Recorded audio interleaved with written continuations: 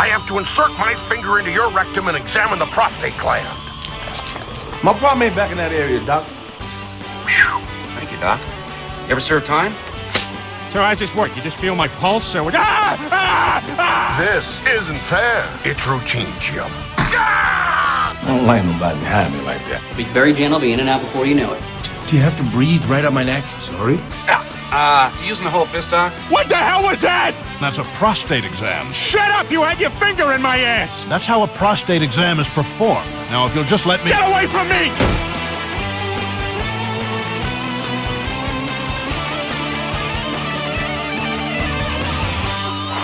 Hey! Johnny, how we doing, buddy? You're doing good. Hey, everybody. I want to welcome you finally. Two brothers and one prostate. We have finally gotten through some of the technical issues. It's not as easy as you think putting one of these things together, but we are pumped. We are ready to roll. I'm Kevin. It's my brother, John. And we are two brothers, one prostate. One prostate. Thank you so much, everyone, for joining us. We are really excited about this and pumped about doing this. We would just love to be able to tell our story. It's kind of crazy. We both got prostate cancer in the same year, basically, and have both been battling it. And we want to share our stories. We've had a lot of people ask us about it. And we're like, when it happened to both of us, we were like, you know what? When we got, as we got rolling into this battle, we were like, we should do a podcast. And that's basically how it kind of started. The name of the show is Two Brothers, One Prostate, where health meets hilarity. So we're going to have some fun with it. We're going to get awkward at times. But you know what? We want to put out the truth and the reality to the guys struggling with it, to ladies struggling with it with their guys. I mean, it's just, it's a battle, a daily battle. But again, positivity. That's why, I always wear my lucky hat with my lucky thing. I always take a little sip of my hot toddy out of my lucky mug. Ooh, that's good. Because the way I look at it is you got to have positive attitude, obviously. You got to have some laughter and love, but a little bit of luck never hurts because there's a lot of good things happening out there with this disease, and hopefully we'll progress and get better, before I'm gone. But anyway, I'm out here in San Francisco. I am in Indiana. How are things going in Indiana? Good. Well, we just got hit with a ton. It's been below freezing basically every day for like 10 days, actually like sometimes below zero. But it's been horrible. But everybody's still recovering from the hangover of IU winning the national championship, which is just crazy. Here in Indiana, it's been an unbelievable big thing. win. Wow, yeah. Big win. No doubt. No doubt. Very excited. If people would have said in the next year, you and your brother will get prostate cancer and IU will win the national championship, we would have been like, I'll take those two. Knuckleheads. Those odds any day. What are the chances? What are the chances? But there's no way IU. I mean, it's just been unbelievable. But what a fun team. Well, they're not a football team. They never have been. It's been crazy. Of course, I'm a Boilermaker. They haven't had a chance for many years, but could come back strong. But you never know. And Their also, basketball the Sons of Bitches just beat us in basketball. They just beat us in basketball too, on top of everything else. So anyway, obviously, we have connections there with my wife went to IU. My daughter is currently there. Our mother went there. You're a Purdue guy. Our brother Mike's a Purdue guy. Mike was a Purdue guy. Dad's a Notre Dame guy. So yeah, we got a lot of roots there in the Indiana school system for sure. But ISU, yeah. Why'd you end up at ISU? Well, obviously, we grew up in New Jersey, and we all came out to school here in Indiana, which because our parents were from this area. One of the great things about growing up out there was just a great time back in those days. No cell phones, none of that stuff. A great neighborhood. Hey, shout out to the Cedarbrook family. Shout out to the Cedarbrook Avenue, South Plainfield, New Jersey. So we love all you guys. The best. And, that was just fun times back in the day. But maybe we should talk a little bit about, kind of get into our stories a little bit. I mean, I could probably start. As you know, I've been throwing quite a few curveballs since with my health in the last probably 12 years. Because as Uncle Johnny always says, my bro, sometimes it's not the years, it's the miles, and that's true in my case for a couple issues I had in the past. About 12 years ago, I was diagnosed with congestive heart failure. had a very low ejection fraction ratio. You know, they said, hey, man, you got the heart of 70-year-olds. But that turned around. You know, I worked hard. I did the things I was supposed to do. Now I've got back to a fully functional heart. So I'm like, all right, here we go. A couple of years ago, I get hit with kidney disease, which number one was affiliated a little bit with the heart disease. But more often, the truth around it is, you got to take care of yourself. And I wasn't hydrating enough. I wasn't doing the things you're supposed to do. So I got that resolved. EGFR, which they call the main sign, is back up to where it needs to be. So I beat that thing. And then I got the fastball. Yeah, they come in threes, guy. They come in threes. Yeah, it comes in threes. And unfortunately, no good Lord. threes. But got thrown the fastball, got caught looking, didn't swing. And ends up that I got diagnosed in 2024, end of 2024. First, I went and just had my standard blood test because you got to do that every year, guys. Very important. Yep. Threshold PSA, for right, PSA, which is not just a public service announcement, but actually stands for protein-specific antigens. And that's how they kind of test this thing. And my level back in 2023, 2.1, no big deal. Anywhere from 0 to 4, you're pretty good. If it gets over 4, you start to get concerned. So when I went back in 2024, I got hit with 111, which is just outrageous. I mean, you don't see numbers like that. And it shouldn't happen like that either. This is supposed to be a disease for 70 years. My dad had it, right? He was 75, dropped a couple seeds in there, got rid of it. But, you know, I got caught, you know, with my pants down, I suppose you could say. But so that was bad. That was bad. It happened on Christmas Eve, he calls me. I knew my numbers were bad, for sure. But to get the call on Christmas Eve, you know, that I got prostate cancer. Brutal. Was, you know, it's hard. You know, you got to first soak it all in. But, you know, again, you know me, and I called you. I'm obviously upset, and my family was upset and all that. But, you know, when you come down to it, you know, again, positive attitude, laughter. Yeah. And so, absolutely. You know, I called you, told you about it. I don't know when you went in. What time? When did you go in? Well, so you got diagnosed, and yours was a little bit farther advanced, obviously, and so we can kind of go back to that a little bit. But yeah, immediately they put me on hormone therapy, and that is you know, because if you don't know what prostate cancer does, is it feeds on testosterone. So yeah, it does. Testosterone down, which comes with a whole whirlwind of fun. Basically, I'm in male menopause. I have slowly been turning into a woman. Hot flashes, losing my body hair, very low sex drive, moody. So it's, again, I apologize not only to Mom because she'd struggled with hot flashes, but to any woman going through menopause or anyone dealing with this. I get it. My. I get it. Oh, my. Well, you know, so, yeah, Mom wanted a daughter, guy. Mom wanted a daughter. She had 3 sons. So, you know. She didn't want a daughter. Well, unfortunately, she's passed away and can't enjoy the pleasure of being with me. It took a while. So anyway, like, we're both battling this thing, but I know that you know, once you got diagnosed, I was like, there's no way I'll get I can't imagine how much it would suck to have prostate cancer. There's no way. You're 57 years old. I'm 59. You're 57. Come on. I'm like, boy, that would really suck to get prostate cancer. I feel so bad for him. And I just go in for my normal physical in April. And so anything over a 3.5, if you're under 60, is actually now the protocol. It used to be a 4.0 for the PSA. So they kind of changed it in the last couple of years because more guys are getting diagnosed earlier. And for that reason, because they're getting tested earlier. So, I couldn't believe it when she's like, my doctor, she was like, you need to probably go see a urologist. Your numbers with what's going on with your brother, your numbers over at 3.6, and you should better be cautious, you know, just to be on the safe side. It was like, oh, okay. So I went and saw the urologist. He's like, you know what? Why don't we just be safe and just do an MRI? We'll take a look inside. We'll see. He's like, I'm sure, you know, just to be on the safe side. So they do that. Yeah, most people wouldn't even do anything at the 3.5. Yeah, some, you know, most doctors would say we should go, but you know, it's usually not concerning. So No, they won't because I mean, really, she was even like, we can just if you want to just come back in 3 months, you can just do another PSA. I was like, why don't we go see a urologist? I was like, you know me, I'm a hypochondriac anyway, so which always is an Plus, it advantage. takes 2 months to get it anyway. Gosh, Yeah, system. exactly. I think I waited like almost a month to go see him, you know.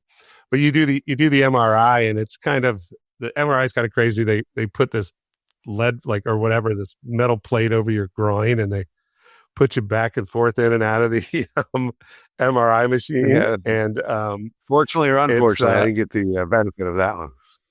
Yeah, but so that's spinning around, and you're in there for like an hour. It's crazy. And then you know, I waited for those results for like a month before I could get in there and see him again. And I mean, I saw the results actually before that, but I didn't understand them, you know. And then he goes, let's you got 3 lesions.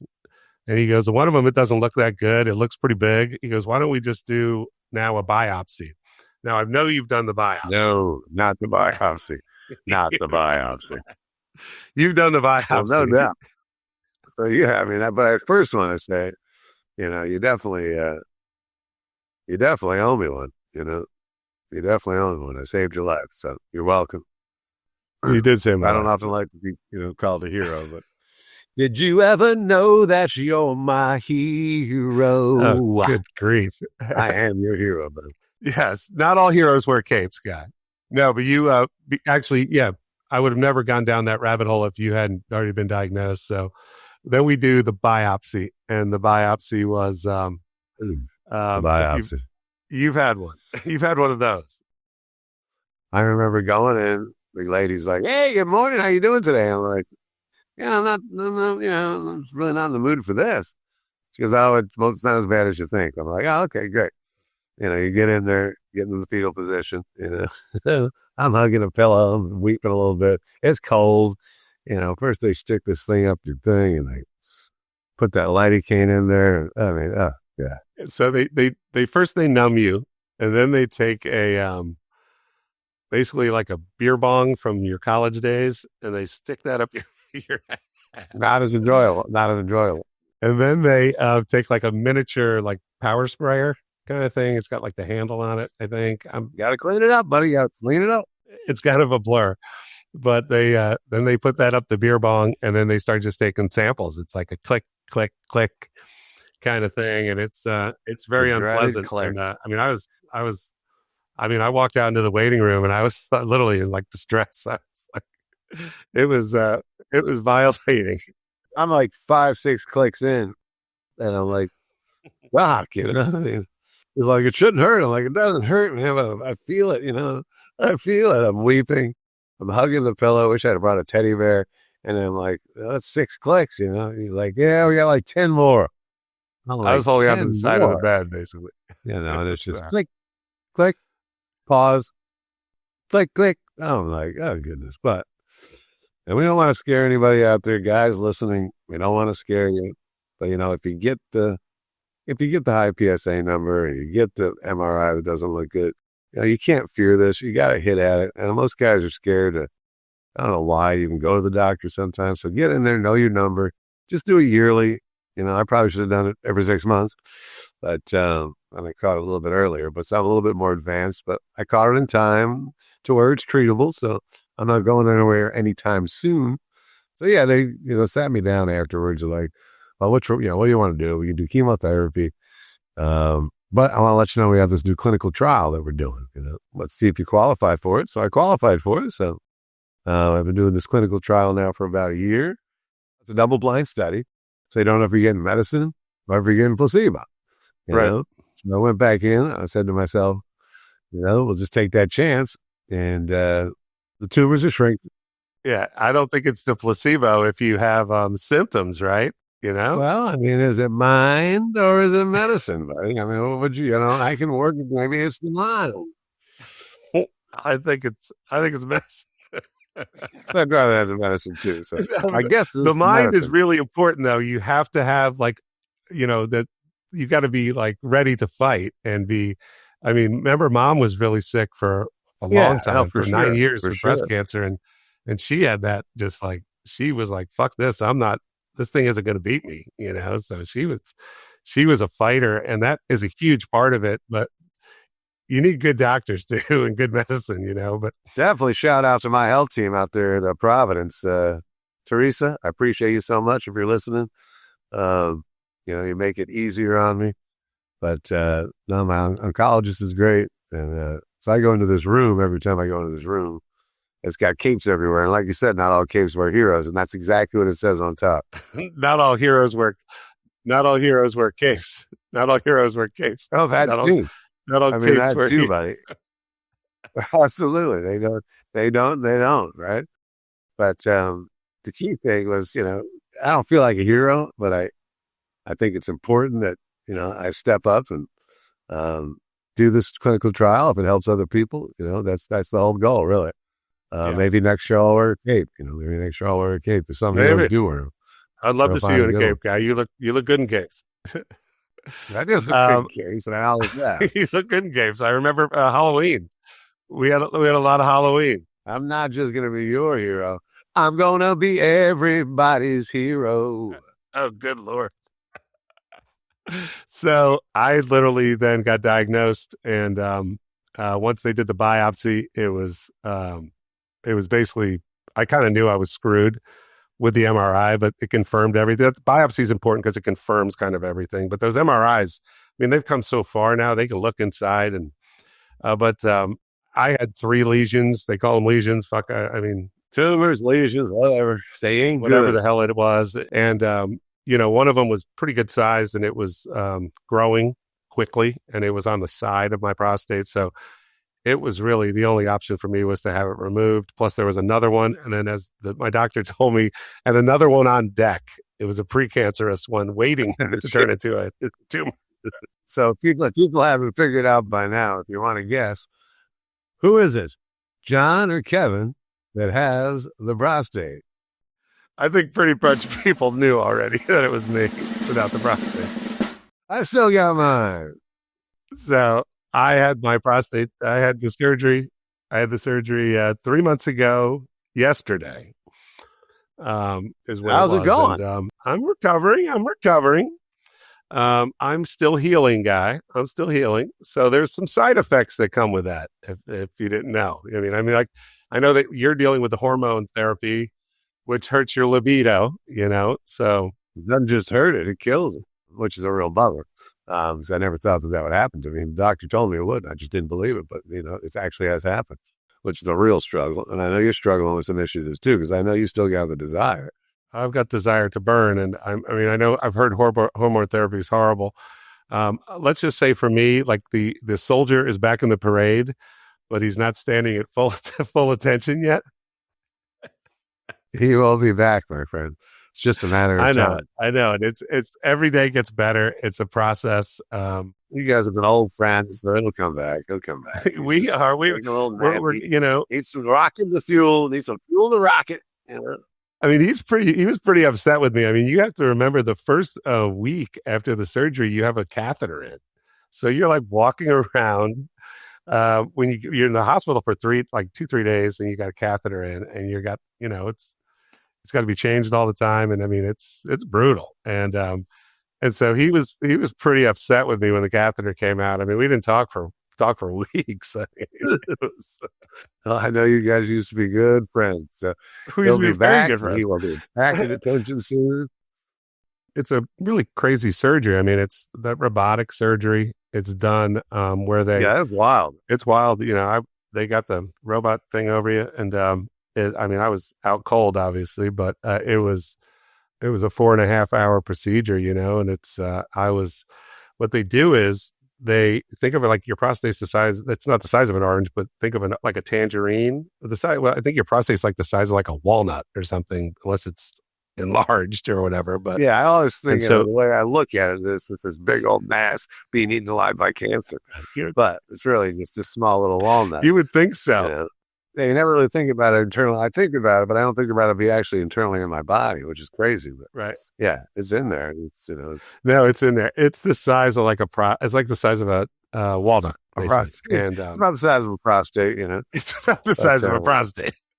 Yeah, it So makes sense. it's the size of a perfect sense. walnut, and they, basically what they do is with the nerve sparing surgery, they go in there and think of like an orange, and they peel those nerves back, and they pull that prostate out. But it's pretty invasive stuff. They get in there and they mess around with everything, and so you don't look that bad. You've got like 5-6 incisions in your stomach, but the inside of yourself is completely like moved around for a while. So it takes a while to kind of heal back to normal, and it's part of the deal. But I mean, anybody that's been through it knows what I'm talking about. And, I'm really feel really good about where I'm at, and I'm doing really good. So I just actually met with my doctor this week, and he's like, "You're right on track." So it's all good stuff for me, but it sucks. It's frustrating. It's frustrating. There's no other way to put it. If you'd have told me a year ago that we would be dealing with this shit right now, I'd be like, no way. But Blows my mind. Looking back now, I wish we maybe had not referenced to the Tangerine, because I just got a bag of those cuties. Guess I'll be tossing those in the garbage, because I'm not eating those babies anymore. Peeling back the Tangerine. Thanks, man. No more Manolas. No more cuties. Could you come up with something else? Ruin it. If the show takes off, there's going to be like a huge drop in Tangerine sales, cutie sales. Ain't nobody gonna be buying cuties anymore, that's for sure. But so yeah, I just got my results back the other day. I was about a 30. I started out at 111 in 2020, Christmas 2024, and I've been dropping down steadily at 38 a couple months ago, and then yesterday I got my new results, and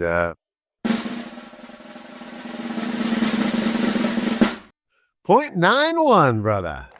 That's awesome. That's fantastic.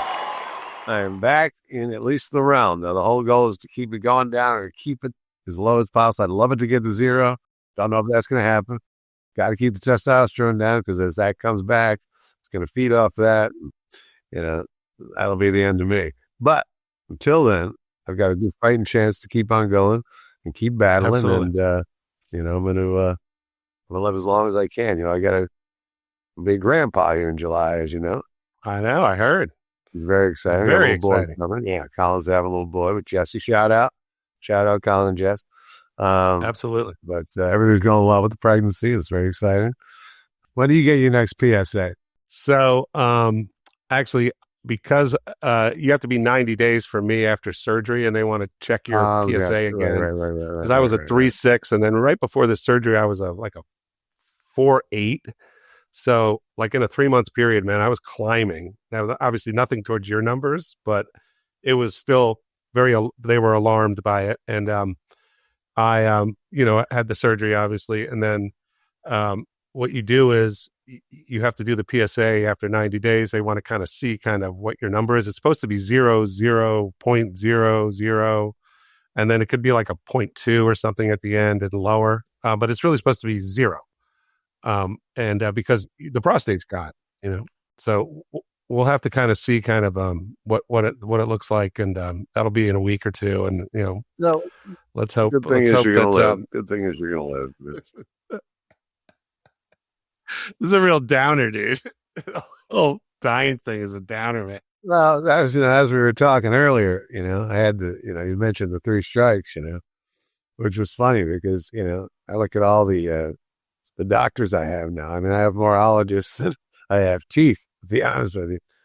I've got now the cardiologist, for the heart. I got the nephrologist, kidneys, oncologist for cancer, urologist.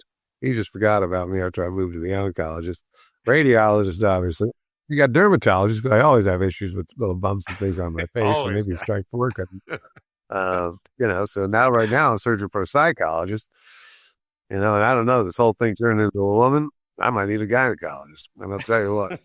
But I'm just, fed up with it all. I'm staying positive. I'm staying, keeping laughter going, making sure that I continue to follow up and do the right things that I'm supposed to do. Unfortunately, as far as the right things to do, there's not much else you can do with prostate cancer. You got to just, take your medicine, take your things. But, there's no special diet or anything that's going to help you. Stuff like that. I mean, for God's sakes, I smoked for 30 years? The lung cancer would get me. I've been drinking since, and I thought liver would fail. Prostate cancer? Come on. At 60 years old? Come on. It's insane, man. So, and you get it at 57. It's just crazy. And why? Why? You know? I mean, it's not like back in the day when you got that bad haircut and you're in the bathroom screaming, my God, why me? Why me? You know? But, you know, I can still remember those days, you know? But we just, you know, the thing about us is we're positive. We, you know, keep a good sense of humor. We laugh and we continue on with it. So, you know, I'm going to get busy living or get busy dying, right? So let's get busy living. You know what I mean? Absolutely. What movie was that one from? Let's see if you can get that one.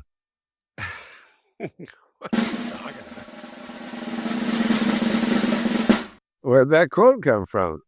Get busy living or get busy dying? I don't remember. That's Morgan Freeman, Shawshank Redemption, buddy. Gotcha. Oh, yeah, Red.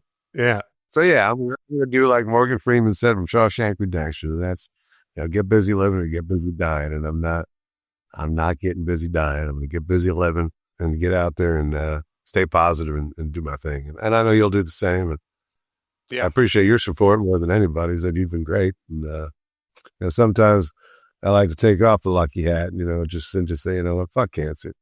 You know, fuck it all. And that's what I'm doing. So I just pretend I don't have it.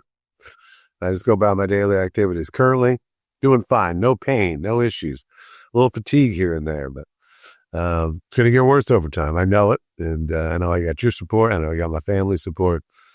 That's what's most important. So, and I know you've got the same on your side. Yeah. I mean, you know, we're all terminal, basically. So we got to just live every day for today. And, Truth. And you know, like what was it? Somebody said to me, today is tomorrow's memories or something like that. So we got to enjoy every minute of it. And I think we and you battling this together is also a blessing. And I think, you know, I know that I'm in a different place than you are, but man, we're still fighting every day, and cancer does suck and it ruins lives. And you got to keep fighting, you know, which I know you are. You're going to keep fighting. I'm going to keep fighting. And and our families have been the best, supporting us the whole time. So, they're fighting as hard as we are. And I think when we finally made the decision to do this, we didn't just do it for us, which I think it's great for us because it lets us tell our story. But I also think maybe at the end of the day, we can help some people. So absolutely. Absolutely. You know, just keep doing what we're doing, keep fighting. And we want to, you know, continue to do this show. So I hope people like it. And what we're going to do is as we figure out and navigate this thing a little bit more and, you know, kind of figure out how to add a guest, which we're going to, we've got some really cool guests lined up. Yeah, we'll definitely get some guests. I got people calling me every day for, you know, guests. And yeah. I remember, I think one of your buddies wanted to join the actual podcast. And you're like, hey, buddy, if you can get prostate cancer in the next couple of weeks, you're welcome to join, you know? So we've got some friends that have dealt with the same stuff. Nobody's story is the same. So I've got one buddy who's 38 who I got to meet and through his diagnosis, and he's 38, 39 years old and he's dealing with it. I'm 57. I think I'm young. So it can really happen to anybody. You gotta be vigilant. If it's in your family, you've got to stay on top of your PSAs. I think if it's in your family, you should start doing them in your 40s. The PSAs, I think 50 is too late. And the protocol right now is to get tested when you're like 65, 70. That's crazy. I mean, we gotta get the message out there for guys to get tested every year. A lot of years they won't do it. They'll do the PSA every other year. I say, you know, you get it every year. Know your number. Ridiculous. Stay on top of it because, you know, just like a lot of these cancers, they're silent killers. They're silent killers. Oh yeah. No, I mean, I didn't have one symptom. I mean, you know, I peed a lot, but I'm 57 years old, so a lot of people pee a lot. So it's just so important that you stay vigilant to it, and you know, if it's in your family, be smart and get tested. So as we talked about, I'm excited about the upcoming shows, and yeah, we'll mix it up a little bit. We're not just going to talk about prostate cancer. We're going to talk about some other things and other cancers, Absolutely. other, you know, issues out there. Well, hey, Johnny, this has been great. You know, obviously, it's been so fun talking to you and having you as my brother and having you as a part of this with me. Although sad and unfortunate, it's terrible. great, In a way. Misery loves company. I'm just jiving you there, but I want to thank everybody for joining. Again, know your number, get your tests done. Don't do it every 2 years at this point. Just get it every year if you're over 50. We look forward to the upcoming episodes. We look forward to more laughter, more hilarity, talking about life and how we can get through it through positivity. Yep, and humor. And, be sure to subscribe to our YouTube page. We got more shows coming, and we really appreciate everybody watching and your support and your prayers. And we're so excited to be able to bring you the show. Thanks again for everybody for listening, and we'll see you on the next Two Brothers, One Prostate. I think I'm going to go join a Tangerine. Thank you guys and gals. We appreciate you.